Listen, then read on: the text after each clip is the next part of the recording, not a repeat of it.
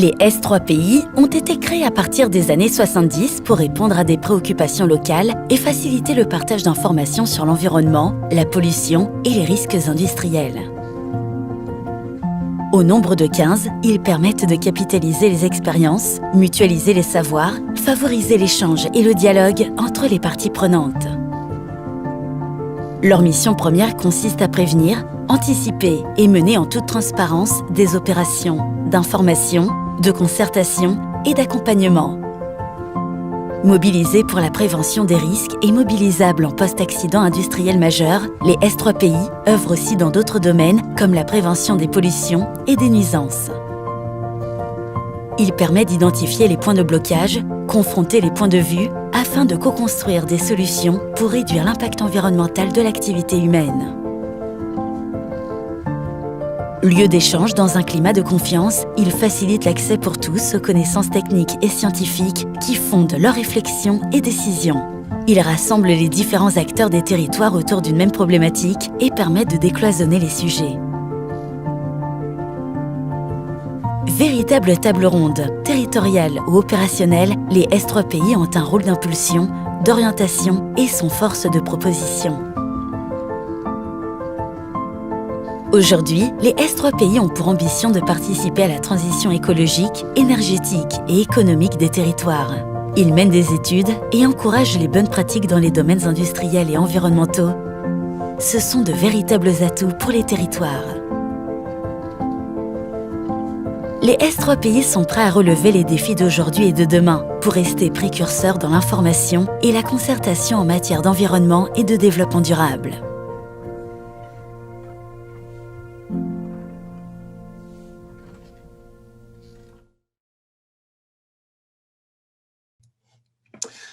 Alors, bienvenue à ce premier webinaire organisé par l'ensemble des SPI en partenariat avec l'INERIS. Vous êtes plus de 220 personnes à vous être inscrites et je vous remercie beaucoup pour l'intérêt que vous portez à cet événement. Je vais me présenter rapidement. Je suis Jérôme Herbeau, chargé de communication au sein du S3PI de l'Artois.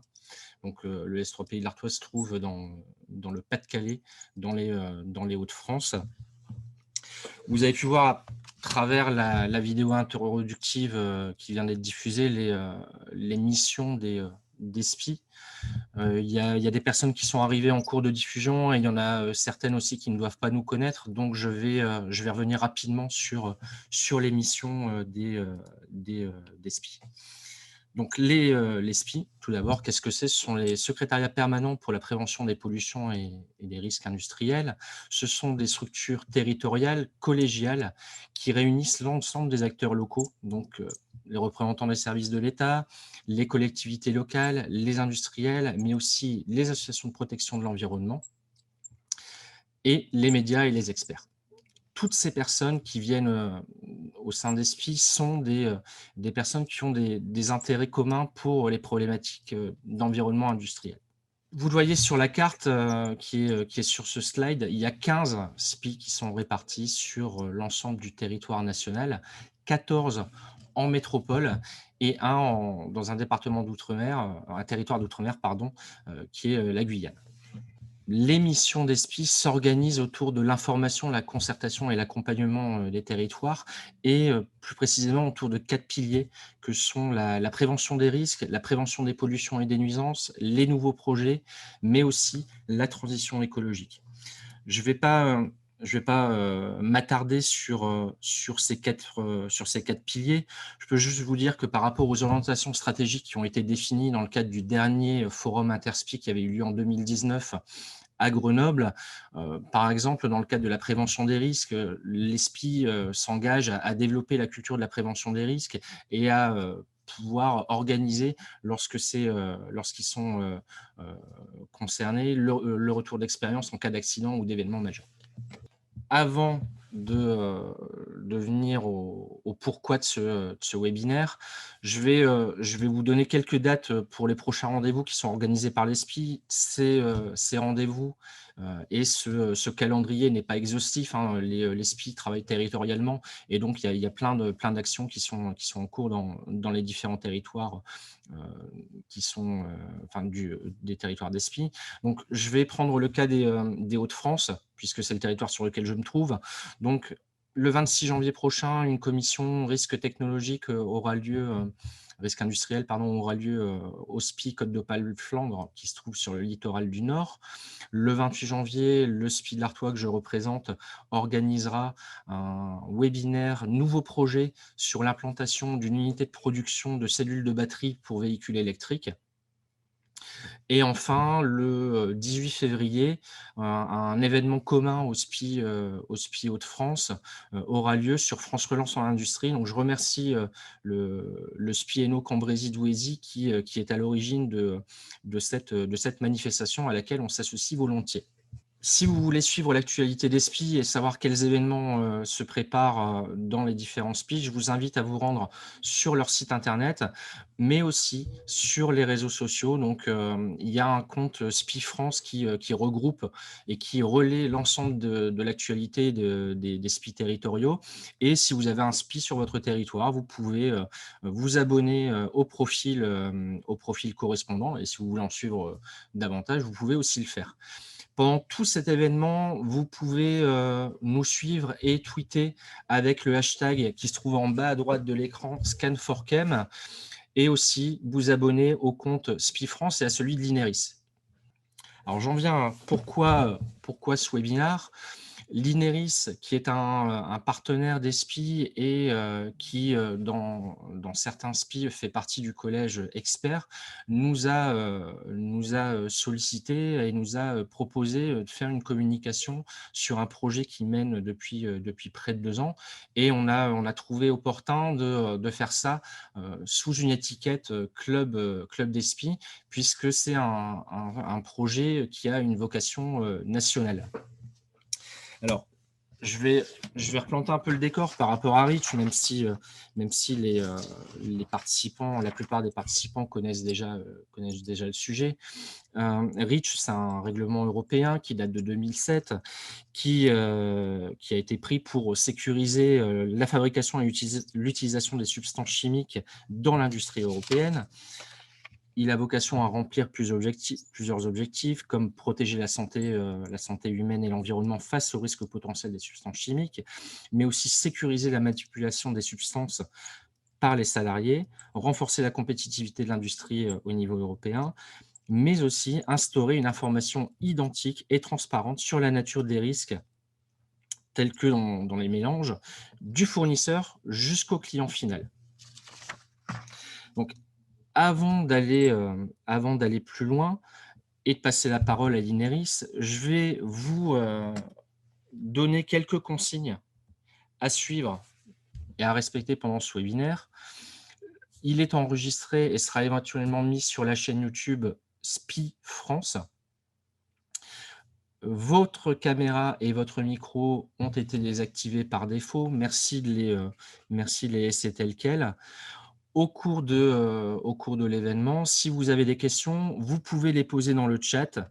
Myriam Ben Saad du SPI Valais de Seine s'occupera de compiler les questions et on les posera à la fin des interventions. Et si vous voulez prendre la parole, vous pouvez lever la main. Et lorsqu'on vous donne la parole, activez votre micro. Alors, pour lever la main, c'est simple. Vous allez dans l'onglet « Participants » et vous cliquez à côté de votre nom, vous avez une option qui s'appelle « Lever la main ». Voilà. J'en viens à l'ordre du jour. Donc, on aura une présentation de l'INERIS, un retour sur Reach, la présentation du projet Life as Reach, l'implication des entreprises dans ce projet, un témoignage et enfin la présentation de l'application Scan4Chem. Donc, je vais maintenant passer la parole à l'INERIS et notamment à Sandrine André et Gaël Dufort. Je vais arrêter le partage de mon écran et vous pourrez partager le vôtre. À tout à l'heure et merci de votre participation. Bonjour à tous, Sandrine Andrès de l'INERIS. Je vais faire la première partie de l'intervention avant de passer la parole à ma collègue Gaëlle Dufort. Je vais rapidement vous parler de l'INERIS pour vous introduire quelque part et de REACH et de nos contributions dans REACH pour vous expliquer ce qui nous a amené finalement à rentrer dans ce projet. Donc l'INERIS, c'est l'Institut national de l'environnement industriel et des risques. Nous sommes un EPIC, c'est-à-dire un établissement public à intérêt commercial. Nous travaillons sous la tutelle du ministère en charge de la transition écologique et plus particulièrement de la DGPR. Vraiment, notre cœur de métier, c'est la maîtrise des risques industriels et environnementaux.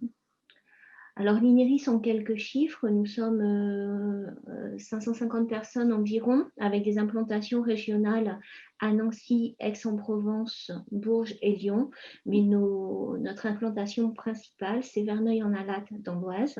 Nous avons 30 000 mètres carrés de laboratoire et halles d'essai et 15 hectares pour des plateformes d'essai. Donc, c'est vraiment une spécificité de l'Institut. C'est ce que nous appelons nos grands équipements, c'est-à-dire de pouvoir tester dans des conditions aussi proches du réel, aussi bien que ce soit notre galerie d'incendie, nos carrières, vraiment être capable de tester en conditions réelles le risque industriel.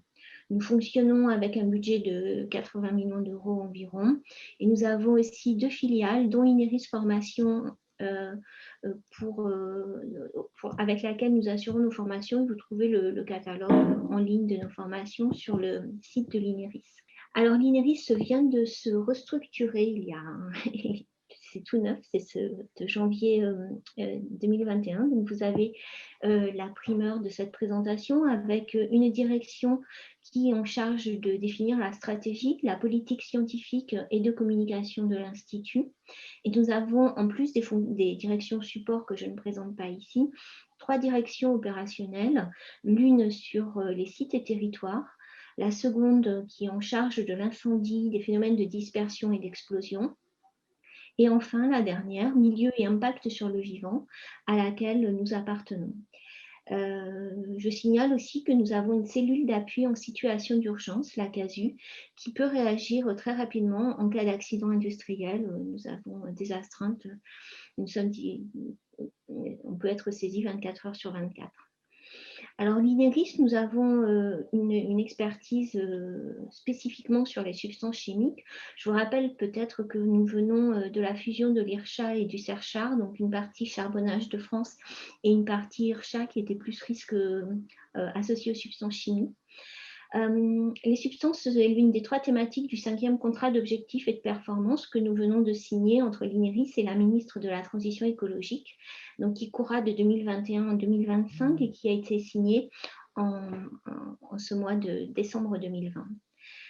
Nous sommes bien implantés au niveau international et notamment au niveau européen, avec des participations dans les comités de l'ECA. L'ECA, c'est l'Agence européenne des produits chimiques qui est en charge notamment des règlements REACH et CLP. Au niveau national, donc nous avons des membres de l'INERIS qui participent au comité d'évaluation des risques de l'ECA et aussi au comité socio-économique ou CEAC aussi de l'ECA. Nous participons aussi, nous sommes pour la France le Service national d'assistance réglementaire, ou helpdesk, hébergé par l'INERIS depuis 2009. C'est une mission régalienne qui nous a été confiée par le ministère en charge de la transition écologique pour REACH et par la Direction générale du travail pour CLP. Nous faisons partie du réseau européen des helpdesk. Et notre mission, c'est d'apporter une assistance aux entreprises sur leurs obligations réglementaires.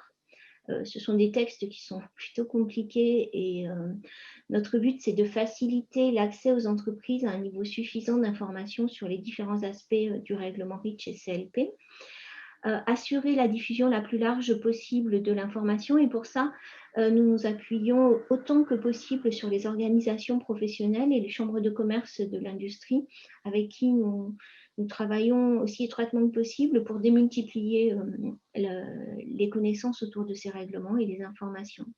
Donc, je vous rappelle ici que c'est un service gratuit puisque c'est une mission qui nous est confiée par le ministère, donc qui a distingué des actions de conseil qui sont faites par les consultants au bureau d'études, mais notre intervention se limite à vous préciser où trouver l'information par rapport à vos obligations réglementaires.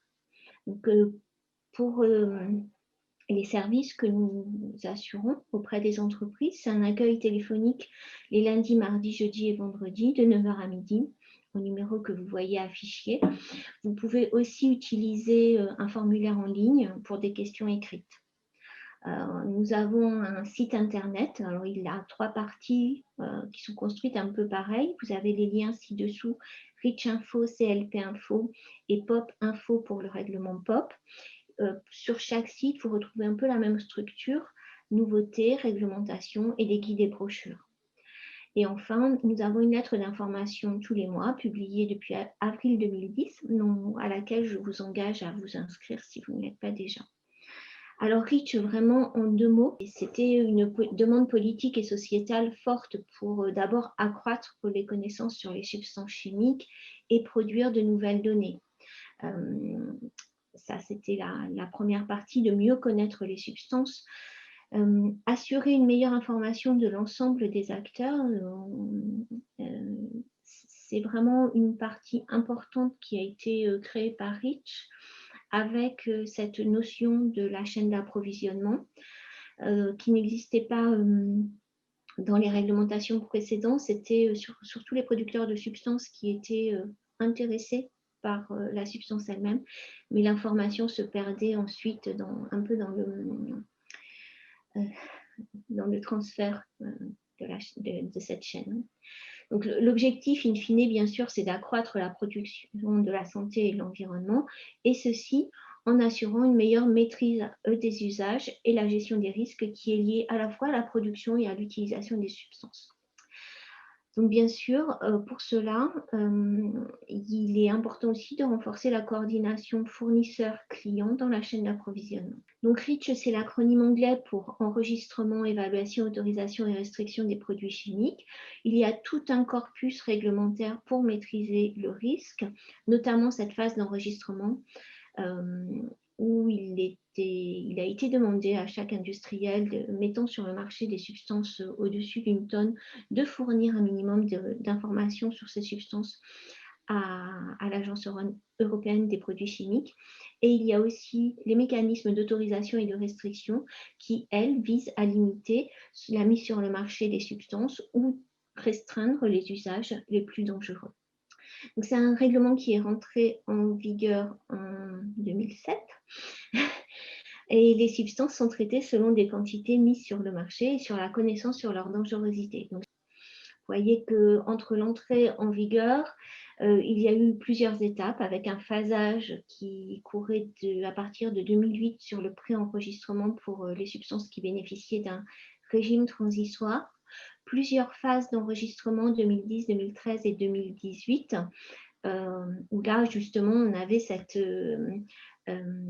approche proportionnée en fonction du volume de substances mises sur le marché et de la dangerosité attendue des substances, avec un phasage pour permettre une meilleure organisation. Et puis, nous avons eu, dès octobre 2008, la première liste des substances candidates à l'autorisation et le 20 février 2011, la première liste de substances soumises à autorisation.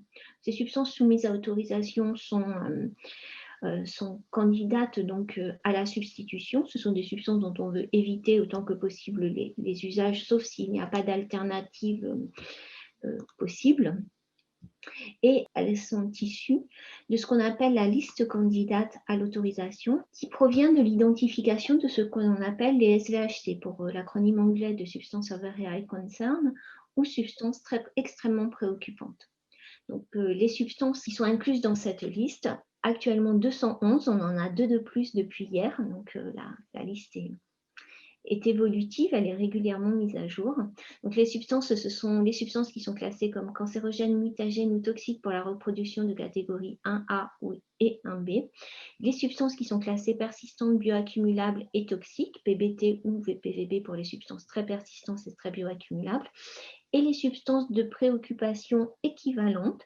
Et notamment, vous avez les perturbateurs endocriniens qui rentrent dans cette catégorie, mais aussi les sensibilisants respiratoires. Donc ces substances of area high concern, ce sont des substances donc, qui vont être étudiées pour voir si on peut assurer une gestion des risques suffisante.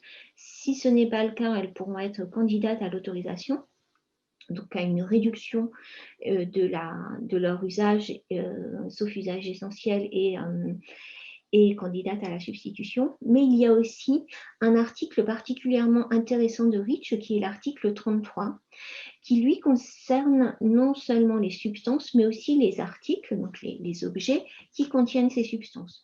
REACH reste un règlement qui concerne les substances, et finalement, il y a peu de dispositions sur les articles eux-mêmes. Et hormis le processus de restriction, dont je ne parlerai pas aujourd'hui, qui concerne aussi certains articles, mais le principal article, c'est cet article 33, avec deux axes principaux. L'article 33.1 qui concerne l'obligation de communiquer entre professionnels et qui dit que tout fournisseur d'articles contenant une SVHC dans une concentration supérieure à 0,1% doit fournir aux destinataires professionnels suffisamment d'informations dont ils disposent pour permettre une utilisation en toute sécurité de l'article, y compris au minimum le nom de la substance. Il est rappelé que les emballages sont également des articles. Donc vous avez là cette obligation de l'article 33.1 de communiquer sur la présence de SVHC entre professionnels. Et ensuite, il y a l'article 33.2 qui est le droit de savoir pour les consommateurs. Malheureusement, celui-ci est un petit peu moins connu parce qu'il n'y a pas forcément beaucoup de consommateurs qui lisent des règlements comme REACH, et puis il faut trouver ce petit article. Mais cet article dispose néanmoins qu'à la demande d'un consommateur, tout fournisseur d'un article contenant une SVHC en concentration supérieure à 0,1% doit fournir au consommateur suffisamment d'informations également. Ce n'est pas écrit ici, mais il doit le faire sous un délai de 45 jours. Donc, c'est autour de cet article et de ces dispositions sur les substances préoccupantes, extrêmement préoccupantes, et sur cette double articulation, c'est-à-dire une obligation de communiquer entre professionnels et le droit de savoir pour les consommateurs, que nous avons construit le projet Life as REACH. Et pour ceci, je vais passer la main ensuite à ma collègue Gaëlle Dufort, qui va vous en parler un peu plus. Merci Jérôme. Donc, je suis Gaëlle Dufort, je suis toxicologue au helpdesk sur le règlement REACH et également en charge du projet Life as REACH. Et donc, après le rappel sur le règlement REACH que vous a fait Sandrine, on va aborder maintenant le projet Life as REACH en tant que tel. Donc, c'est un projet européen. Un projet dans le programme LIFE, qui sont des programmes qui soutiennent les actions pour l'environnement et l'amélioration de la santé humaine. Et donc, c'est un projet qui rassemble 20 partenaires de 12 pays européens. Alors ici, cette carte vous indique à la fois les partenaires du projet, hein, les 20 partenaires, et puis on a également des pays qui sont très intéressés par le projet et qui ont accepté d'être ce qu'on appelle en quelque sorte des réplicateurs et qui vont donc utiliser les outils que le projet AskReach met à leur disposition pour promouvoir la base de données AskReach et l'application Scan4Chem qui en découle et dont je vais vous parler juste après. Donc c'est un projet qui est, a duré d'environ 5 ans. Il a commencé en 2017. Donc au début, on a surtout développé les outils et puis la stratégie, les différentes stratégies. Il y a eu une première sortie des applications à peu près en novembre 2019 dans certains pays et puis tous les pays ont développé et ont sorti l'application également entre novembre 2019 et à l'automne dernier où elle a été mise à disposition en France. Donc cette application Scan4Chem. Au niveau français, c'est donc le helpdesk qui est en charge du projet, c'est le partenaire français, l'Ineris, et nous avons programmé en août dernier un webinaire à destination des industriels pour mieux faire connaître ce projet AskReach, expliquer un petit peu comment il fonctionne. Et puis voilà, maintenant la communication est lancée avec, elle continue avec le webinaire que l'on fait aujourd'hui. On va pas, détailler le sujet skip, aujourd'hui parce que c'était pas l'objet de notre webinaire, mais je veux quand même en dire quelques mots parce que si parmi vous, il y a beaucoup de fournisseurs d'articles, vous avez certainement dû entendre parler, de la base de données Skip et des obligations en lien avec cette base de données. Donc je voudrais simplement mettre un peu en parallèle, la base de données Skip et le projet Ascreech et notamment parler des différences entre Skip et Ascreech. Donc la base de données Skip, hein, pour faire simple, c'est une obligation qui est issue de la modification de la directive cadre déchets et la parution de l'article 9.1 qui indique que les fournisseurs d'articles doivent notifier à l'ECHA, l'Agence européenne des produits chimiques, la présence de SVHC dans les articles à plus de 0,1%. Et ceci est une obligation qui est applicable depuis le 5 janvier dernier. Tandis que Ascreech est basé sur le volontariat des entreprises qui veulent remplir leurs obligations de l'article 33.2 de REACH. Donc, elle s'inscrit dans une logique de promotion des articles sans SVHC pour encourager la substitution. Et puis, elle met aussi à la disposition des entreprises des outils pour pouvoir effectuer cette communication conformément à cet article 33.2 de REACH dont on vous a parlé. Alors, les différences en termes de type d'information entre ces deux bases, dans la chaîne d'approvisionnement, tous les acteurs sont, à quelques exceptions près, mais sont censés notifier dans Skip lorsqu'ils ont des articles avec des SVHC à plus de 0,1%.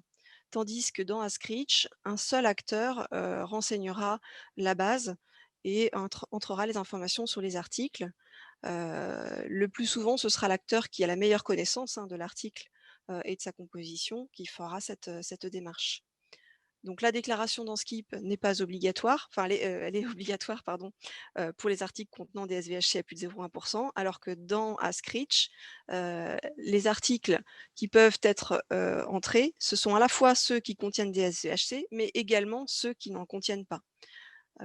Dans Skip, les articles qui ne contiennent pas de SVHC ne seront pas déclarés. Donc l'information qui va être rendue, qui va être transmise dans la base de données Ascreech permet aussi aux entreprises de mettre en avant les articles qui sont exempts de SVHC et également aux consommateurs de faire un choix éclairé lorsqu'il achètera les articles. Donc je vais vous parler maintenant de l'implication des entreprises dans le projet Ascreech et en préambule, je vais vous diffuser une courte animation qui résume le rôle des entreprises dans le projet Ascreech.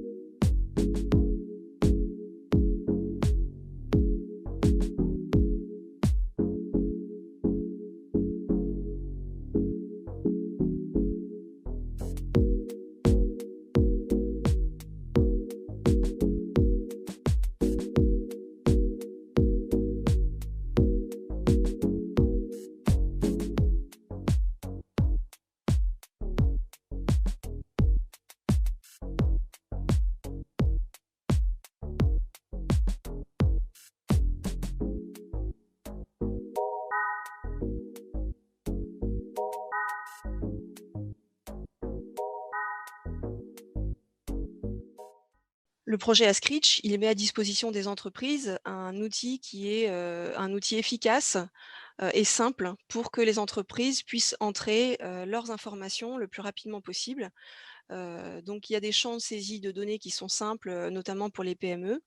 Ce système, donc le système qui est derrière l'application pour smartphone Scan4Chem, on l'appelle le portail pour les fournisseurs. Ce portail permet d'abord de se créer un compte, de renseigner une adresse de contact pour recevoir les requêtes des consommateurs et de télécharger dans ce portail en une seule étape toutes les informations sur les SVHC, la présence ou l'absence de SVHC dans les articles. On peut modifier entièrement ces données, l'accès est tout à fait protégé, et puis on peut aussi fournir directement via ce système des informations supplémentaires sur les articles, heu, à vos potentiels clients, notamment par exemple si vous avez besoin d'expliquer pourquoi dans tel ou tel article on a une SVHC et que, elle est importante, expliquer à quel endroit elle se situe et pourquoi on l'a intégrée dans cet article. Le système permet également de disposer de modèles de réponse aux requêtes qui sont, tout faits et tout ce système permet voilà de remplir rapidement, ses obligations selon l'article 33 de REACH, lorsque l'on est sollicité par les consommateurs. Donc, avec ce portail des fournisseurs et l'application Scan4Chem, on peut donner plus de visibilité, je le disais, aux articles qui ne contiennent pas de SVHC, mais aussi, à votre marque.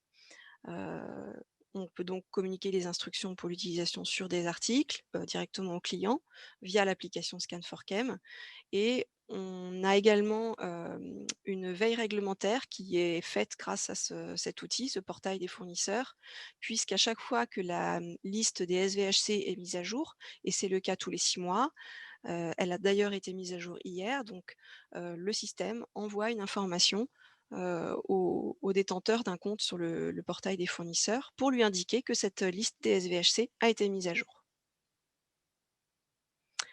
Voilà, donc maintenant, je vais pour illustrer ce rôle des entreprises dans notre projet, je vais laisser la parole à madame, Pauline Miquel, qui est coordinatrice RSE pour la marque Quetch et que je remercie vivement d'avoir accepté de nous faire un témoignage de son expérience, vis-à-vis de ce projet. Bonjour à tous, merci Madame Dufort pour cette introduction. Alors comme elle vous le disait précédemment, je m'occupe de tout ce qui est des problématiques RSE chez Quetch. Je ne sais pas si vous avez déjà entendu parler de notre marque. Nous distribuons des contenants isothermes et non isothermes en acier inoxydable pour la consommation d'aliments et de boissons. On a été mis au courant du règlement REACH à travers une demande par l'application Scan4Chem pour la première fois il y a quelques mois. À travers nos services consommateurs, on n'était pas du tout au courant de cette réglementation. Nous, il y a beaucoup d'autres réglementations qui s'appliquent à nous, typiquement tout ce qui est contact alimentaire. La réglementation REACH, on n'avait aucune idée qu'elle pouvait s'appliquer sur nos produits. On avait encore moins connaissance du programme LIFE ou du programme Ascritch. Suite à cette première demande, ce qu'on a fait, c'est qu'on s'est renseigné auprès du helpdesk de Ineris, dont Madame Dufort fait partie, qui nous a informé de nos obligations en tant que fournisseur d'articles, puisque nous ne fabriquons pas d'ailleurs, nous achetons nos produits à des fournisseurs qui sont des usines qui se trouvent en Chine et avec qui nous travaillons de manière très, très proche pour la production de nos produits. Ce qu'on a fait tout de suite quand on a eu connaissance du règlement REACH, c'est qu'on a lancé des tests sur des échantillons sur plusieurs gammes de nos produits pour essayer d'obtenir une image la plus précise possible sur chacune de nos gammes, les risques qu'il pouvait y avoir en termes de SVHC. C'est une démarche qui a eu un coût qu'on chiffre à peu près à 20 000 € en termes de tests pour peut-être 10 à 15 échantillons, sachant qu'on a 200 références. Donc, c'est une démarche très sérieuse. À partir de là, on a reçu nos résultats de tests qu'on a rentrés dans la base de données. On s'est aperçu que la plupart de nos produits étaient en dessous enfin, tous nos produits quasiment étaient en dessous du 0,1% de SVHC requis non pas requis, mais indiqué par le règlement REACH. À la suite de quoi, on a isolé un seul produit sur lequel on avait une SVHC à plus de 0,1% et en l'occurrence 3%. Sur ce produit en particulier, on a refait une deuxième batterie de test pour laquelle on n'a toujours pas les résultats d'ailleurs. À la suite de ces résultats, on est en train de croiser sur d'autres produits de la même collection avec la même technologie d'impression, savoir si c'est une substance qui se retrouve dans la peinture, dans la technologie d'impression en elle-même. Bref, on va essayer d'isoler cette substance pour savoir derrière si stratégiquement on prend des décisions pour écarter ce produit ou alors si on analyse que cette substance, on peut la garder dans nos produits ou pas. En tous les cas, sur la démarche que nous avons entamée, nous, avec tous ces résultats, on travaille de manière très étroite avec nos usines pour isoler les substances, pour être bien au courant de ce qui se passe dans les substances qui peuvent se trouver dans nos produits. Ensuite, la deuxième étape a été de rentrer toutes ces informations dans la base de données, ce que j'ai fait très, très récemment, puisque je n'ai même pas encore fini de mettre à jour la liste qui est sortie aujourd'hui. Je dirais que ça m'a pris quelques heures de rentrer tous nos produits, peut-être nos 200 références dans la base de données. C'est tout simplement un tableau Excel, en fait, dans lequel il faut remplir les codes barres de nos produits et les résultats des tests. Enfin, non, indiquer si oui ou non le produit contient une SVHC et à plus de 0,1% ou non. Voilà, c'est à peu près tout. On a ensuite testé pour voir si l'application marchait. On a essayé de scanner un de nos produits et en effet, tout fonctionne très, très bien. Que vous dire de plus? L'application est donc assez simple d'usage. Elle indique tout simplement si les produits contiennent ou non une SVHC à plus de 0,1%.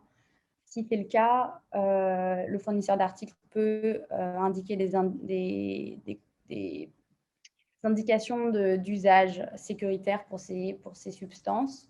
Ce que nous, on n'a pas eu à faire pour le moment, puisque, en toute transparence, la collection sur laquelle on a un doute sur le plus de 0,1%, on ne l'a pas encore entré dans la base de données. On attend de savoir ce qu'on en fait à partir des résultats de la deuxième batterie de test. Voilà. Un petit mot sur pourquoi l'entreprise a décidé d'entamer cette démarche avec le projet AskReach. Nous, on y voit réellement une volonté de transparence. Ça vient d'une volonté de transparence de la part de notre entreprise. Ce qu'on y voit comme avantage, c'est qu'on a déjà une base de consommateurs très, très attentive à ce genre de problématiques. Notre marque s'est créée sur une volonté d'avoir des contenants dans lesquels on puisse manger et boire qui ne présentent aucun problème de migration de produits chimiques, notamment d'avoir une alternative au plastique parce qu'on sait que beaucoup de migrations s'opèrent entre le plastique et l'aliment chaud, surtout le liquide chaud. Nous, c'est quelque chose qui nous tient énormément à cœur. Donc, cette problématique de substances chimiques dans nos produits, notamment l'acier avec lequel on travaille, l'acier inoxydable et toutes les technologies de peinture qu'il peut y avoir par-dessus, c'est quelque chose de très important. Pouvoir communiquer cette information à nos consommateurs, c'est un super outil. Cette application est un super outil pour nous.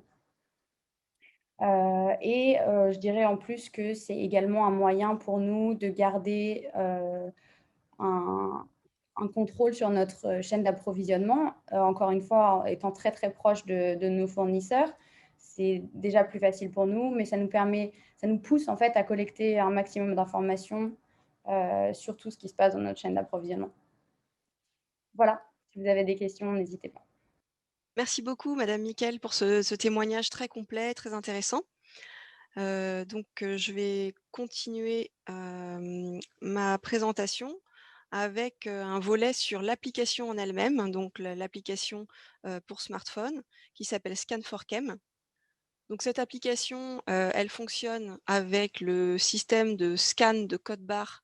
Le code barre, ce sont donc les codes, EAN qui sont achetés auprès de l'entreprise GS1 et pour lesquels normalement, lorsqu'on achète ces codes, on doit obtenir également, le Global Company Prefix, le GCP et donc c'est ce GCP qu'on va demander aux entreprises d'entrer en premier lieu dans le portail des fournisseurs afin que, lorsque un des articles de l'entreprise est scanné, le système puisse faire le lien entre, ce GCP, donc la base, la racine du code barre et l'entreprise qui détient ce GCP et qui aura été rentré dans le portail des fournisseurs. Donc cette application Scan4Chem permet de scanner les articles, lorsqu'on est un consommateur, et également du coup d'obtenir l'information sur, la présence ou l'absence de substances extrêmement préoccupantes dans l'article que l'on scanne et c'est donc un outil pour, mieux, faire valoir ce droit de savoir qui est octroyé par l'article 33.2 de REACH,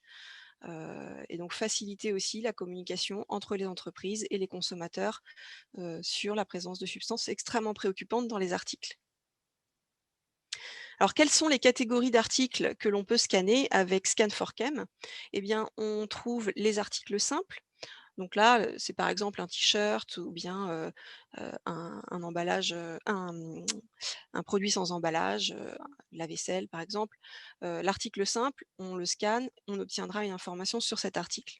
On trouve également des articles complexes, donc ce sont des articles qui contiennent, enfin qui sont, des assemblages de différents sous-articles, donc ce sont ce qu'on appelle également les articles composés qui, peuvent être scannés. Donc par exemple un vélo, un appareil électronique, un appareil électroménager. Donc ce sont souvent des articles très complexes qui contiennent une multitude de pièces.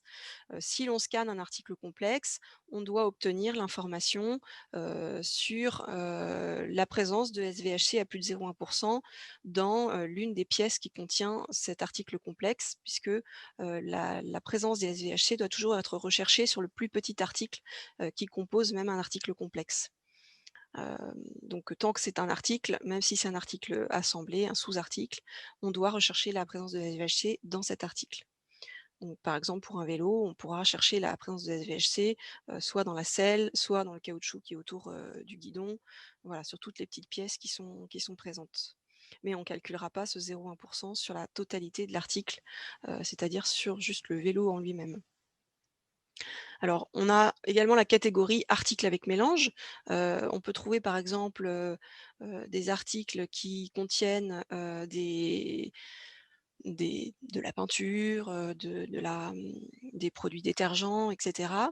Ces articles-là pourront être scannés avec l'application Scan4Chem, mais l'information qui sera transmise au consommateur sur la présence de SVHC ne portera que sur l'emballage, de ce mélange. Et non pas sur le mélange lui-même. Pourquoi? Parce que l'article 33 de REACH porte uniquement sur les articles et il ne porte pas sur les mélanges de substances.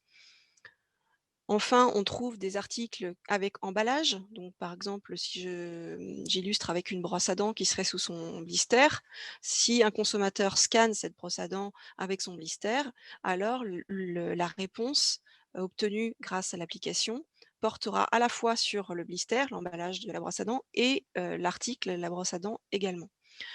Il faut bien comprendre, que tous les emballages sont des articles au sens de REACH et donc même si l'on est plutôt, dans un secteur comme, la cosmétique ou l'alimentaire, on a également des emballages et tous ces emballages sont des articles et ils sont soumis, à l'article 33 de REACH au même titre que les autres articles.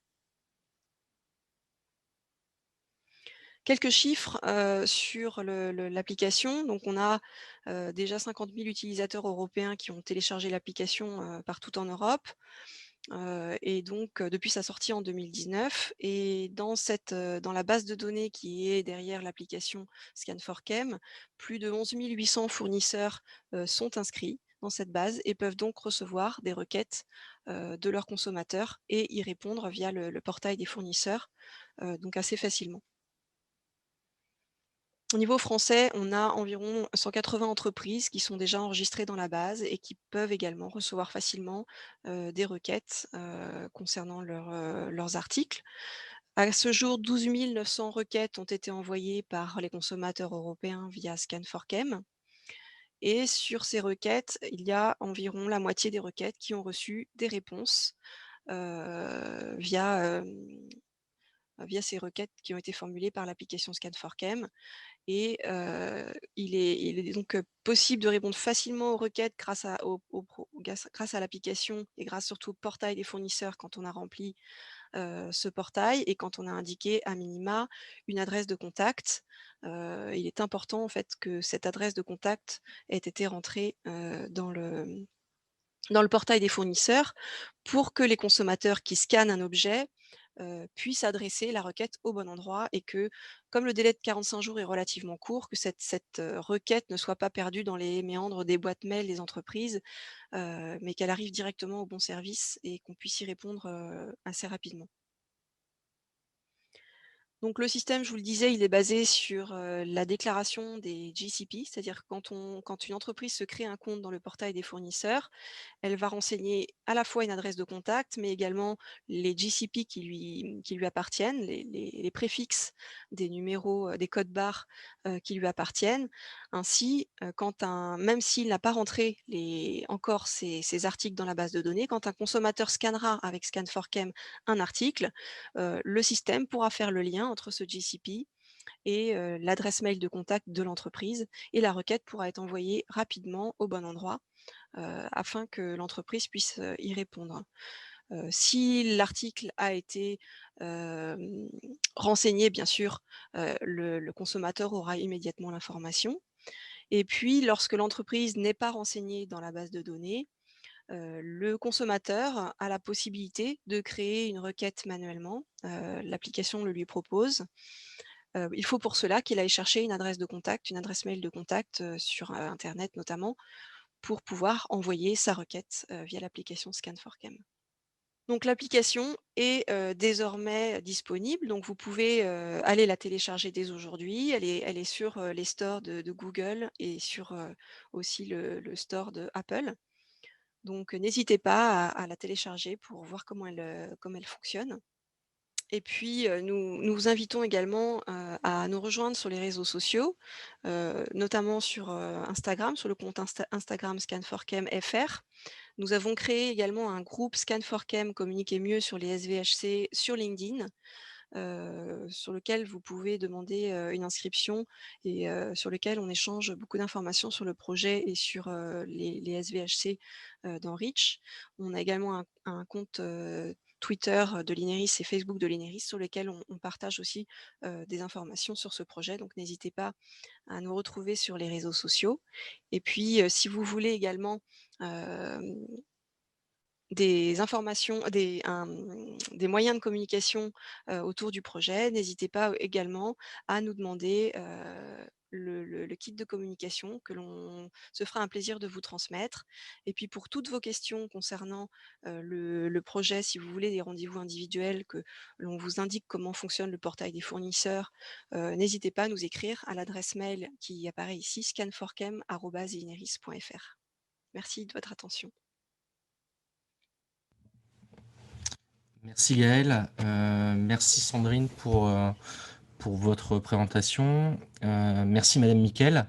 Pour la partie questions-réponses, je vais demander aux personnes de privilégier les questions sur le retour d'expérience de Quetch pour pouvoir libérer Madame Miquel, que je remercie encore pour son intervention. Donc Myriam, est-ce que dans le chat, on a eu des questions sur le retour d'expérience de Quetch? Bonjour à tous. Bonjour Jérôme. Alors avant de rentrer dans les questions, juste voilà, je suis Myriam Bensad, je suis chargée de mission au SPI Vallée de Seine, secrétariat permanent pour la prévention des pollutions industrielles, qui est situé dans les Yvelines à l'ouest de Paris, en Île-de-France. Alors effectivement Jérôme, on a de nombreuses questions. J'ai fait un petit tri pour pouvoir faire passer en priorité les questions qui s'adressent à Pauline Miquel. Alors, on va procéder par ordre. Je vous pose la première question, je vous laisse répondre et puis comme ça, on va avancer si ça vous convient, Madame Nickel. Oh, parfait. Bon. La première question, c'est comment avez-vous fait pour obtenir des informations auprès de vos fournisseurs concernant les SVHC dans vos articles? Alors, déjà, ce que je vous disais, c'est que avant même d'engager cette procédure directement avec nos fournisseurs, nous, ce qu'on s'est dit, c'est que, étant donné qu'on avait envie de prendre cette approche volontaire dans le projet dès le début, on s'est dit qu'on allait faire une base de tests solide, avec aucun doute sur les résultats, via un laboratoire accrédité. Donc, on a travaillé avec SGS, qui est un réseau de laboratoires mondial. Ce qu'on a fait d'ailleurs même, c'est qu'on a envoyé des échantillons directement à la sortie de production et d'autres qui viennent de nos stocks en France pour croiser les informations. Voilà. Ensuite, à la suite des tests, nous, ce qu'on imagine faire, c'est collecter un maximum d'informations. Je l'ai mentionné dans les commentaires, j'ai répondu un petit peu. On essaye de rassembler un maximum de documents sur les substances utilisées dans notre production pour avoir vraiment une bonne base de données et beaucoup d'informations. Voilà. D'accord. Justement, sur les tests que vous avez pu réaliser, j'ai Marie Zimmer de France Chimie qui demande si vous avez réalisé ces tests pour l'ensemble des 211 substances ou groupes de substances SVHC, ou alors si vous avez seulement ciblé sur certaines SVHC qui étaient susceptibles d'être présentes dans vos produits. Alors en fait, SGS, ils ont déjà dans leur template de test, ils ont déjà le test REACH SVHC et ils testent les 211 substances. Ils proposent même pas en fait la possibilité de faire substance par substance, donc c'est un package de substances. Donc nous, on a testé toutes les substances, y compris, comme je le disais dans les commentaires, y compris les 2 substances qui sont sorties aujourd'hui, puisqu'ils ont anticipé la sortie de ces 2 substances sur la liste. Peut-être pour m'avancer sur une autre question, j'ai cru voir apparaître. Oui, en effet, on sait que tous les 6 mois, il va falloir qu'on se méfie sur la mise à jour de la liste. C'est possible aussi de travailler en amont avec les laboratoires parce qu'ils savent anticiper. Je crois que la liste des potentiels substances incluses est publique. Donc, ouais, il y a moyen d'anticiper. Après, je pense que maintenant, à partir de maintenant, à la sortie de nouveaux produits, on va systématiquement se poser la question. Pas nécessairement faire des tests sur tous les produits, mais en tout cas, avoir la liste des composants qui font partie de nos peintures, essayer de cibler les choses qui peuvent être risquées ou non. Ça va être quelque chose qui est maintenant incorporé dans notre prise de décision. D'accord. Et j'ai encore une question. Dans votre présentation tout à l'heure, vous parliez de quelques heures nécessaires pour intégrer, notamment via un fichier Excel. Est-ce que vous avez une idée un peu plus précise du temps qu'il aura fallu pour remplir le portail des fournisseurs concernant les SVHC? Pardon, des fournisseurs avec les données sur vos articles. Pardon. Déjà, il y avait plusieurs étapes pour nous parce que dans un premier temps, Gaëlle Duforme avait fait une démo pour me montrer comment l'interface fonctionnait. De là, il y a eu toute la phase de test qui a pris quelques semaines quand même. Et ensuite, je pense que pour rentrer mes 200 références, étant donné que j'avais un fichier avec tous mes codes barres, c'était assez simple. Si cette information est disponible pour la personne qui entreprend de rentrer les informations dans la base de données, c'est assez simple. Ça a dû me prendre 1 heure maximum de rentrer toutes les informations. Derrière, il faut juste dire oui ou non, 0,1%, au-dessus de 0,1% pour une SVHC ou non. Comme j'ai rentré que des résultats négatifs jusque-là, je n'ai pas eu à me poser plus la question. Je pense que si les données sont accessibles, le fichier Excel, il est vraiment rapide à remplir. Puis, il suffit de l'importer dans l'interface sur le site. D'accord. Écoutez, pour moi, on a fait le tour. On a d'autres questions, mais qui vont peut-être plus concerner l'application au global ou le projet, qui, à mon sens, s'adresse peut-être un peu plus à l'INERIS. S'il y a encore 1 ou 2 questions pour Quetch, il faut en profiter parce que je crois que vous n'allez pas pouvoir rester encore très longtemps. En effet. Il y a une, je ne sais pas si la question de Grégory était à destination de Madame Mickel. Grégory, si tu peux prendre la parole. Oui, moi, je me posais la question, effectivement, vous avez fait faire vos analyses par SGS. Et est-ce que vous avez eu des surprises dans les résultats, justement? Est-ce qu'il y a des substances que vous imaginiez pas trouver et que vous avez trouvées, même à des niveaux relativement faibles, hein, c'est-à-dire inférieurs au 1% qu'on évoque, qui est le seuil effectivement à partir duquel il y a des obligations réglementaires d'information et puis de communication. Est-ce que vous avez eu un petit peu ces éléments-là? Alors, en interne, on n'a personne qui est assez calé sur le sujet, je pense, pour avoir remarqué des choses comme ça. À partir du moment où on était en dessous du seuil de 0,1%, on ne s'est pas trop posé la question. C'est aussi un processus qui est vraiment récent. Je crois qu'on a eu la demande Scan4Chem il y a peut-être 1 mois et demi. Donc, tout ça, c'est allé très vite. Mais non, jusque-là, on n'a pas remarqué de substances qui nous ont vraiment inquiétés. Ça arrivera peut-être si on se penche plus sur la chose, j'espère pas. Non, jusque-là, non. La certaine substance dont je vous parlais, je n'ai même plus le nom en tête, mais je pourrais retrouver. Et en fait, on est en train d'analyser le produit. Donc, à part ça, non. Alors, en complément de l'intervention de Grégory, j'ai aussi Benoît Scrève qui demande si vous avez fait la même déclaration pour Skip. Alors, je n'étais pas trop au courant de cette base de données. Ça va venir, je vais le faire, je vais me renseigner. Je n'étais pas au courant de cette partie. D'accord. Jérôme, est-ce que Myriam? Oui, Oui, c'est Gaëlle. Je voulais juste ajouter une chose, c'est qu'en fait, Skip, c'est une obligation de déclaration quand on a des SVHC dans les articles, hein. Donc, au-delà voilà, de si Quetch n'avait pas de SVHC, il n'avait pas à notifier ses articles. Et pour celui pour lequel il y a peut-être une question, effectivement, comme les analyses sont encore en cours, voilà, c'est pas pour l'instant pas requis. c'est pas à l'ordre du jour. C'est noté. Merci Gaëlle pour cette précision. Jérôme, est-ce que tu as identifié d'autres questions qui auraient peut-être échappé parce qu'on a pas mal d'interventions? Ou est-ce qu'on bascule maintenant J'en ai pas identifié. Je suis désolé si on a oublié des questions qui auraient été posées à destination de Madame Mickel. Merci en tout cas pour votre témoignage. On va vous laisser, quitter cette réunion.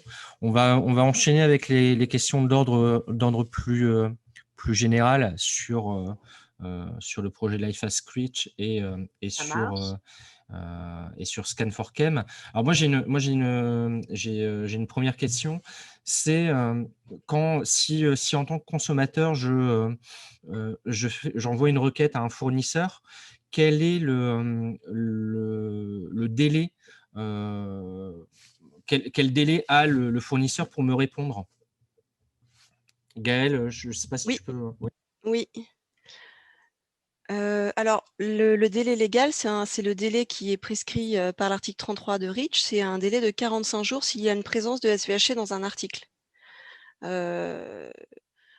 On recommande quand même fortement au fournisseur qui a été interrogé par son consommateur de répondre au consommateur, même s'il n'y a pas de SVHC dans l'article, car le consommateur est en attente de cette information de toute façon.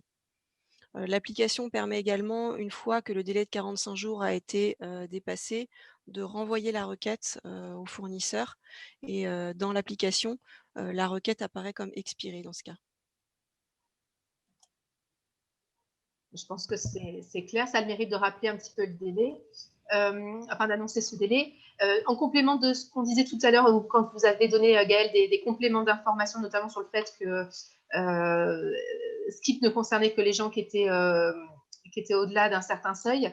Grégory Lefrançois demande quelle est la proportion des entreprises présentes sur Scan4Chem entre celles qui ont des produits contenant des SVHC à plus de 0,1% et celles dont les articles n'en contiennent pas et le font donc de manière volontaire. Est-ce que vous avez une idée ou c'est encore peut-être un peu tôt pour avoir un retour sur cet aspect-là?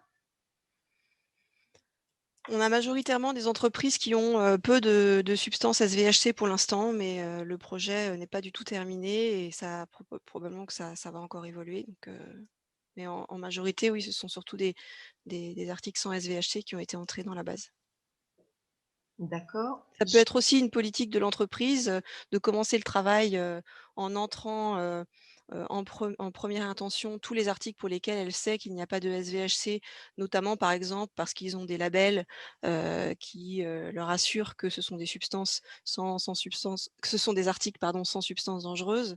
Et donc de rentrer un premier lot d'articles pour lesquels ils savent qu'il n'y a pas de SVHC, et puis de chercher dans les articles pour lesquels c'est plus incertain, si par exemple le fournisseur n'a pas encore répondu, ou si par exemple on est importateur pour ces articles-là et que c'est plus compliqué d'avoir l'information que d'un fournisseur européen par exemple, et on pourra entrer dans un deuxième temps.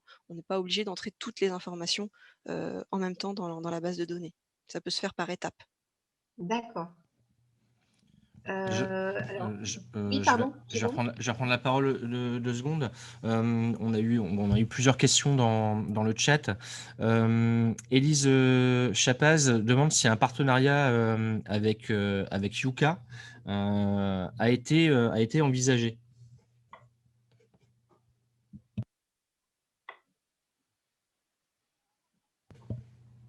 Alors, est-ce que Gaëlle ou Sandrine veut répondre, sachant que ça permettrait de faire le lien aussi sur une autre remarque sur les produits phytosanitaires. Il y a quelqu'un qui faisait référence notamment au dentifrice. Je crois que c'est pris en charge sur Yuka. Est-ce que vous aviez envisagé un partenariat avec Yuka, Gaëlle ou Sandrine?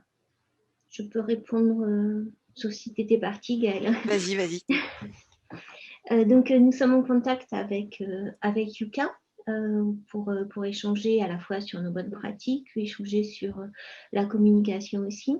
Par contre, Yuka travaille sur des secteurs qui sont assez différents des nôtres, c'est-à-dire qu'il travaille d'abord sur l'alimentation et il travaille surtout sur des produits avec des listes d'ingrédients. C'est-à-dire que si vous achetez un aliment ou un dentifrice ou un cosmétique, vous allez trouver, donc déjà ce ne sont pas des articles, ce sont des mélanges dans leur ensemble, et vous allez trouver cette liste d'ingrédients couverte, enfin, sur l'emballage, que Yuka reprend en y associant des scores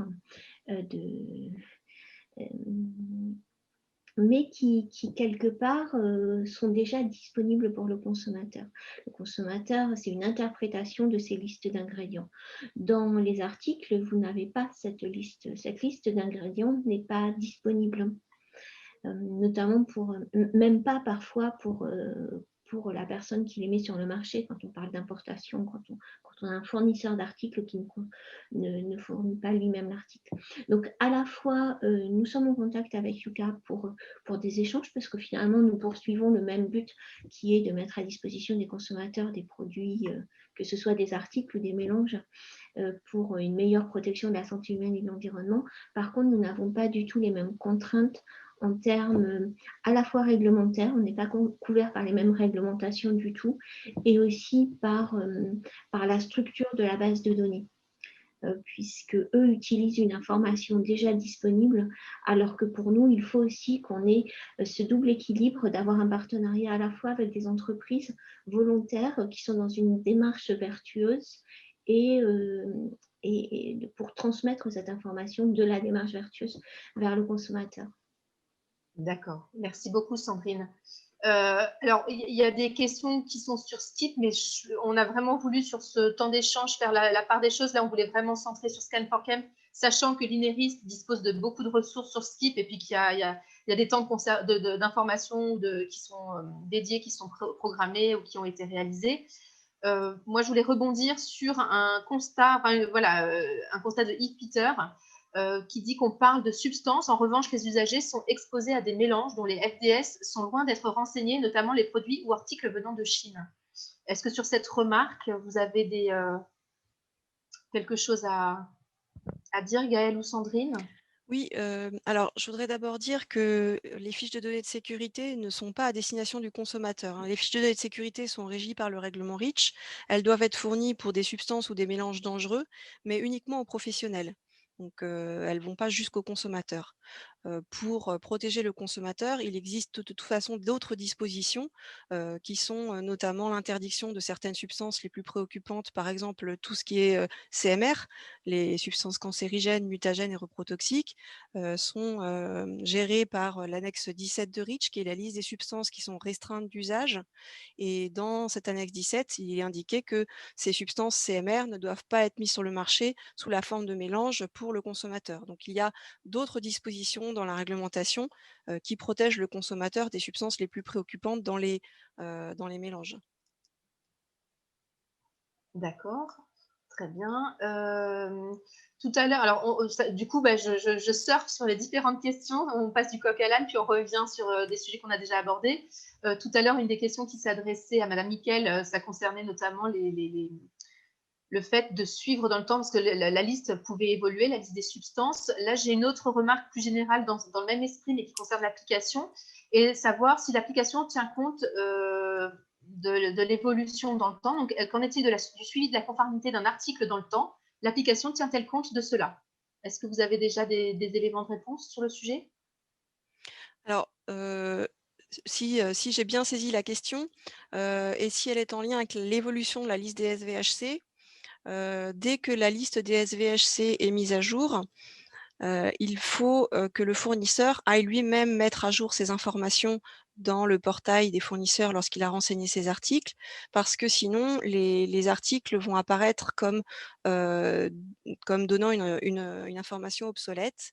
Donc le fournisseur devra d'abord vérifier auprès de ses propres fournisseurs, si ce sont des fournisseurs européens ou bien de ses fournisseurs hors Europe, si les nouvelles substances intégrées dans la mise à jour de la liste des SVHC ne sont pas présentes dans ces articles, auquel cas il faudra soit qu'il aille mettre à jour lui-même les données dans le portail, soit simplement, s'il n'y a pas eu d'évolution avec la mise à jour de la liste, il va pouvoir simplement cocher tous les articles déjà rentrés et cliquer sur un bouton qui permet de mettre à jour les informations en fonction de la dernière version de la liste des SVHC, pour que quand le consommateur scanne ces articles, ils n'apparaissent plus comme donnant une information obsolète, mais qu'ils soient bien à jour.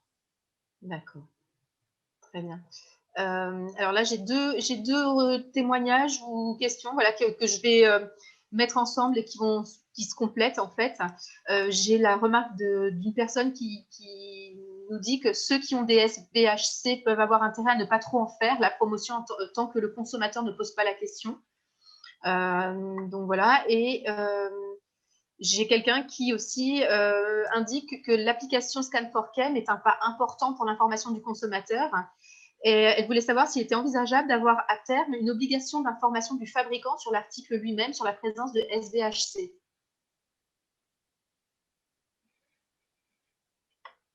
Alors Gaëlle, vous avez peut-être... voilà, c'était les deux témoignages que je voulais partager avec vous permettre de rebondir dessus. L'obligation à terme n'est pas encore envisagée. Il faudrait envisager une modification de la réglementation en elle-même. C'est pas, pour l'instant, c'est pas envisagé. Par contre, le projet, lui, va encourager la substitution de ces substances dans les articles. Et effectivement, les articles qui ne contiennent pas de SVHC, on aura plus facilement envie de les rentrer dans le portail des fournisseurs. Mais lorsque l'information existe pour un consommateur, ça lui permet de faire un achat en connaissance de cause. Quand l'information n'est pas disponible, il peut se poser la question. D'accord. Jérôme, est-ce que de ton côté, tu as identifié d'autres questions, d'autres commentaires qui te semblent intéressants de partager? Alors, là, il y a une question qui vient d'être posée par Florie, qui explique qu'elle fait partie d'une entreprise qui est fabricant et elle demande si l'attestation REACH, elle demande l'attestation REACH systématiquement à ses fournisseurs, mais comment elle peut vérifier l'exactitude des informations qui sont fournies? Alors, je pense que Gaëlle, vous pouvez peut-être même préciser ce qu'on entend par attestation REACH, parce qu'a priori, ce n'est pas clair pour tous les participants. Oui, d'autant plus que l'attestation REACH n'existe pas tout à fait en tant que telle. Finalement, Ça dépend ce qu'on met derrière cette attestation REACH, pardon. Parce que la grande complexité du règlement REACH, c'est de bien identifier d'abord son rôle et ensuite ses obligations, et puis également de bien identifier ce que l'on achète et ce que l'on vend, parce que souvent la définition de substance, mélange et article est pas forcément évidente au premier abord. Il faut se pencher sur la question pour bien déterminer qu'est-ce qui est substance, qu'est-ce qui est mélange, qu'est-ce qui est article au sens de REACH. Et quand on sait bien quel est son propre statut, donc dans REACH, c'est pareil, il y a des statuts qui sont bien définis, fabricant, importateur, utilisateur en aval, distributeur, etc. Et en fonction de toutes ces définitions-là, on peut définir quelles sont nos obligations vis-à-vis du règlement REACH. Donc ça, c'est la première chose à faire pour savoir ce que l'on doit faire, quelles sont nos obligations légales vis-à-vis du texte, et également quelles sont les obligations légales de nos fournisseurs.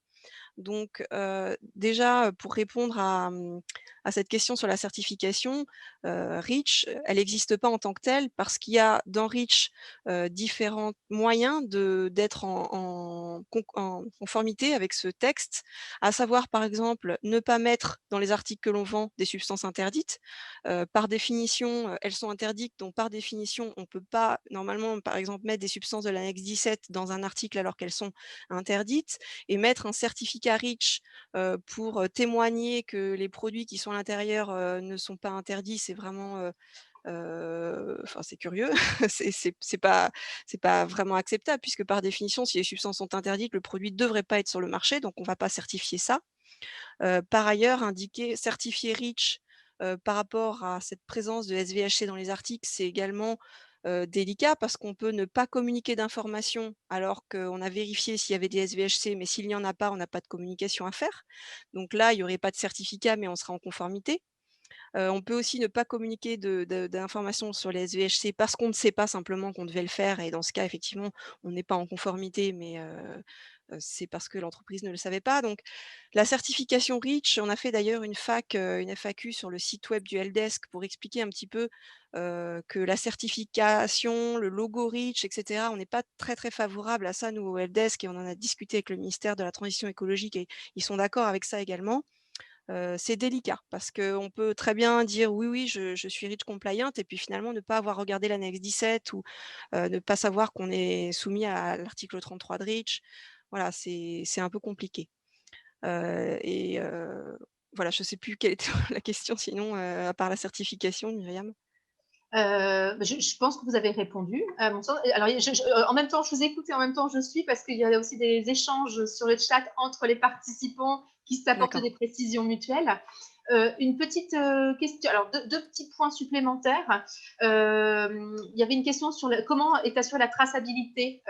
Est-ce qu'elle est assurée par l'aude, et comment elle est assurée dans le temps? Donc, il y a la question de la traçabilité. Et puis, une autre question qui est intéressante aussi, est-ce qu'une substance SVHC est une substance interdite? Alors, les SVHC, comme ça a été indiqué tout à l'heure par Madame Andrès sur la partie REACH, les SVHC, c'est en quelque sorte l'antichambre de l'annexe 14 de REACH. L'annexe 14 de REACH, c'est une liste de substances qui vont être interdites, mais interdites d'utilisation. Donc ça veut dire qu'on pourra tout à fait continuer, par exemple, à importer des articles qui contiennent ces substances, alors que ces substances ont été intégrées dans l'article en dehors de l'Union européenne. C'est-à-dire que l'usage des substances a été fait en dehors de l'Union européenne. Donc, dans ces cas-là, on peut continuer à importer des articles de l'annexe 14, et donc aussi qui contiennent des SVHC.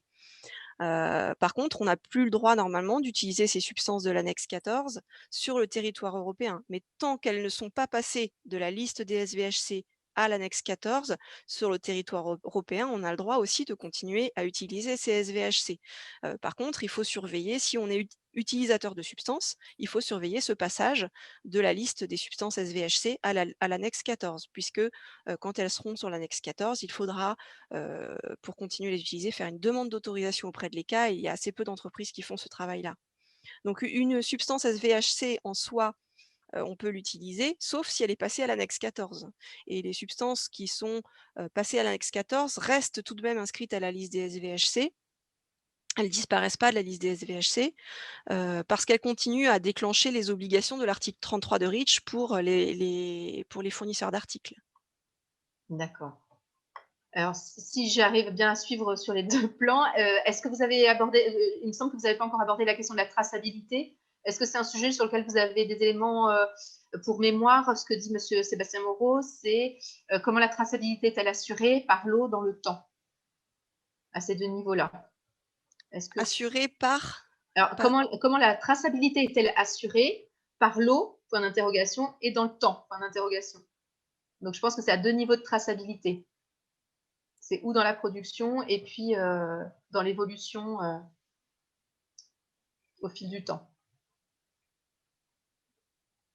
Il n'y a pas de disposition spécifique sur cette question dans Reach, hein. Le fournisseur D'accord. d'articles doit savoir s'il y a des SVHC dans les articles qu'il fournit et c'est à lui de savoir si d'un lot à l'autre, il y a une modification de la composition. Il faut qu'il vérifie ça.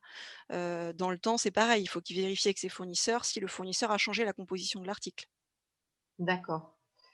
Une autre question de Florie. Donc, à savoir si la certification Ecotex garantit qu'il n'y a pas de matières dangereuses, SVHC, etc. Est-ce que ça peut être une garantie? Oui, on a récemment échangé avec Ecotex justement pour bien s'assurer qu'ils suivent l'évolution de la liste des SVHC. Et effectivement, ils font en sorte que les labels Ecotex prennent en compte la liste des SVHC. Donc, a priori, ils nous ont dit que les substances SVHC étaient exemptes de ces substances, de ces articles labellisés Ecotex, oui. J'ai Pascal Dupuis également qui apporte un complément et qui informe que la conformité Reach des fournisseurs est vérifiée également par les autorités françaises DREAL, douane ou par leurs clients lorsqu'ils les auditent. Voilà, ça peut être intéressant comme complément. Oui, alors effectivement, pour inspecter sur les thématiques Reach, donc différentes thématiques, il y a effectivement les DREAL, il peut y avoir les douanes, il peut y avoir la DGCCRF qui sont habilités à faire des contrôles sur le règlement Reach. Très bien. Alors, j'essaye de remonter un petit peu. J'ai vu les dernières demandes. Alors oui, il y a une question. Est-ce que Reach, Reach, oui, forcément, c'est européen. Ça, c'était une des questions. Et la question, c'est est-ce que du coup, c'est pour tout le monde? Est-ce que ça s'applique à tous en Europe? Ou est-ce que ça s'applique également, j'imagine, aux produits qui viennent en Europe? Oui, alors le règlement Reach s'applique à tous les acteurs européens. Et c'est un petit peu plus large même que l'Europe, puisque c'est l'espace économique européen. Et donc il s'applique à tous ces acteurs-là. Il n'est donc pas applicable aux acteurs qui sont en dehors de l'espace économique européen. Donc les acteurs responsables d'être conformes au règlement Reach, ce sont notamment ceux qui importent. Donc ceux qui font rentrer de la marchandise, qui sont des entités légales européennes et qui font rentrer de la marchandise sur l'espace économique européen, ont la responsabilité de vérifier si ces produits sont conformes au règlement. Donc toutes les entreprises qui sont situées en dehors de l'Union européenne, elles n'ont pas d'obligation vis-à-vis du règlement Reach. Après, tout ça va probablement devoir être renseigné dans des accords commerciaux entre l'importateur et le fournisseur, et un cahier des charges pourra être établi pour que les produits qui sont vendus par un fournisseur hors Europe soient conformes à la réglementation européenne. Mais légalement, ils n'ont pas d'obligation, ces acteurs qui sont situés hors Europe, d'être conformes au règlement Reach. D'accord. Je pense que c'est très clair. Alors, j'ai vu apparaître Jérôme, qui est un peu le maître du temps de cette manifestation. Donc, j'imagine. Il est 15h22, on a encore 8 minutes. Hein, s'il y a encore des questions que certaines personnes voudraient poser. On a des questions notamment, est-ce que ça concerne la Suisse, par exemple? Non. Non, voilà. Alors, on a une question de Monsieur Cordonnier, que je remercie, puisque c'est quelqu'un de l'Artois pour sa présence. Il demande si un produit qui contient des SVHC aura un étiquetage entre guillemets toxique. Alors non, il n'est pas prévu d'étiqueter, en tout cas, la réglementation ne prévoit pas d'étiquetage spécifique pour les articles qui contiennent des SVHC.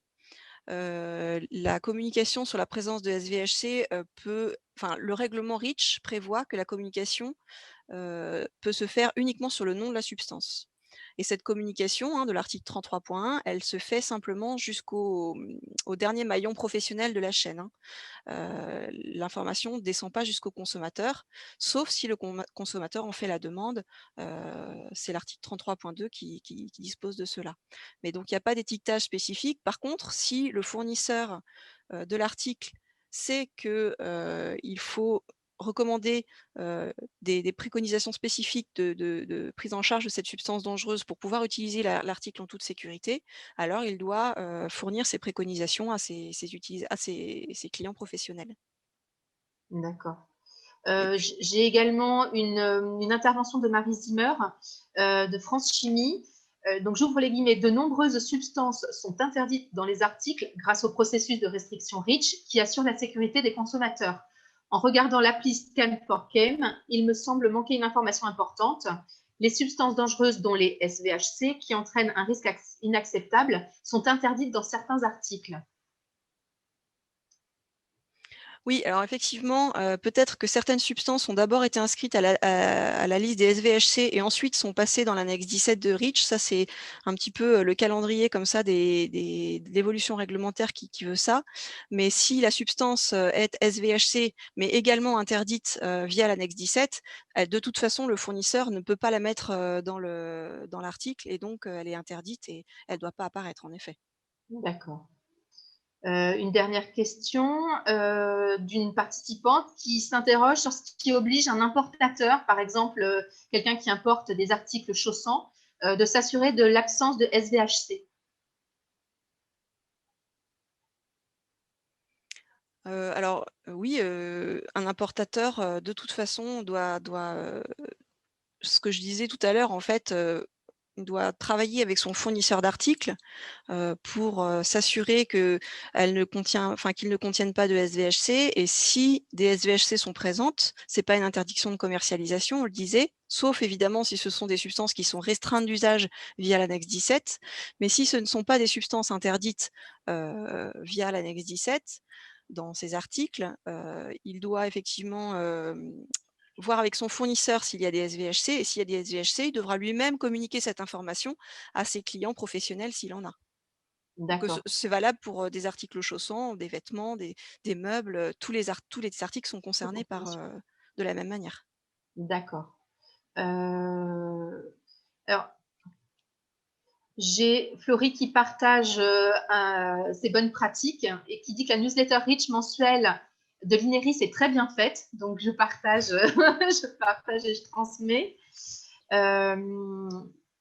Donc, j'ai une question. Merci d'ailleurs, je veux juste rajouter que si vous souhaitez vous y abonner, vous pouvez aller sur la page d'accueil du site REACH, REACH espace info, vous le trouverez facilement, ou CLP espace info, et il y a un champ directement sur cette page d'accueil pour s'y abonner. C'est gratuit. D'accord. Et de toute façon, tout à l'heure, dans le chat, Karine Grimaud a partagé des liens vers les différents sites. Voilà, Très bien. qui avaient été cités dans la présentation. J'ai une question. Les métaux lourds sont-ils considérés comme des SVHC? Pas tous les métaux lourds, il y a certains métaux qui sont sur la liste des SVHC. Alors la liste des SVHC, vous pouvez aussi la consulter soit sur le site de l'agence européenne, l'ECA, ou bien directement depuis notre site web, on a mis aussi un lien. Donc quand vous êtes sur notre site REACH Info, vous avez des focus. Il y a un focus qui s'appelle SVHC et articles. Et quand vous cliquez sur cette page, vous avez tout de suite en première ligne le lien pour aller consulter la liste des SVHC. Donc il y a 211 substances depuis hier sur cette liste et on peut télécharger cette liste au format Excel si on veut par exemple l'envoyer à son fournisseur pour le questionner sur la présence de ces substances dans ses articles. Effectivement, on vient d'avoir le lien avec des vidéos. J'en profite pour compléter parce qu'on arrive au terme de l'horaire qu'on s'était fixé pour cette réunion. Je pense que Jérôme confirmera. Juste reboucler en vous disant que la vidéo qui n'a pas pu passer tout à l'heure dans la présentation de Gaëlle et Sandrine, il y a un lien qui a été envoyé, donc vous pourrez la consulter. Et puis profiter aussi pour arriver sur les premières questions qui étaient posées, notamment sur la question des supports. Donc, vous rassurez tous et vous dire qu'effectivement, ça a été mis dans le chat, mais pour ceux qui n'ont pas forcément vu passer l'info, le lien vers les supports vous sera transmis à l'issue de la réunion. Donc, voilà, je pense que tu confirmes, Jérôme. Ça me permet d'enchaîner, donc merci Myriam. Voilà, donc oui, toutes la présentation, l'ensemble des présentations, donc, que ce soit la nôtre et puis et celle de l'INERIS seront mises en ligne et le lien pour y accéder vous sera envoyé à la suite de cet événement, donc peut-être pas tout de suite, mais au plus tard lundi. Pareil, toutes les informations qui ont été mises dans le fil du chat qui peuvent constituer ce qu'on qu'on appelle la liste des documents ressources, seront aussi mis dans le cadre de cette information. Il me reste à remercier, parce que là on arrive, il est 15h29, on est parfait au niveau du timing. Merci à tous pour votre participation. Merci pour les nombreux échanges qu'il y a pu y avoir à la fois dans le chat et puis aussi en direct. Merci à l'INERIS pour la clarté des informations, et merci encore à Madame Nickel, même si elle est partie, pour son témoignage. Et je remercie enfin l'ensemble des SPI qui ont participé de près ou de loin à la préparation de cet événement. Merci à Myriam pour la modération des questions, à Aurélie et à Aurélie pour la modération aussi des micros et des caméras. Merci aussi à Shirley pour l'animation des réseaux sociaux, et merci à Alexia de l'INERIS pour tous les éléments qui ont été apportés dans le cadre du chat. Donc, je vous remercie tous, je vous laisse. Je vous rappelle qu'il y a différentes dates qui sont prévues. Donc, le mardi 26 janvier, un webinaire risque industriel au SPI Côte d'Opale Flandre, et plus proche aussi le 28, un webinaire que nous organisons au SPI de l'Artois sur l'implantation d'une unité de production de cellules de batterie. Je merci encore pour votre participation. On est quand même monté à 149 participants. Vous êtes encore une centaine. Et je vous laisse. Je vous souhaite une bonne fin d'après-midi et à très vite.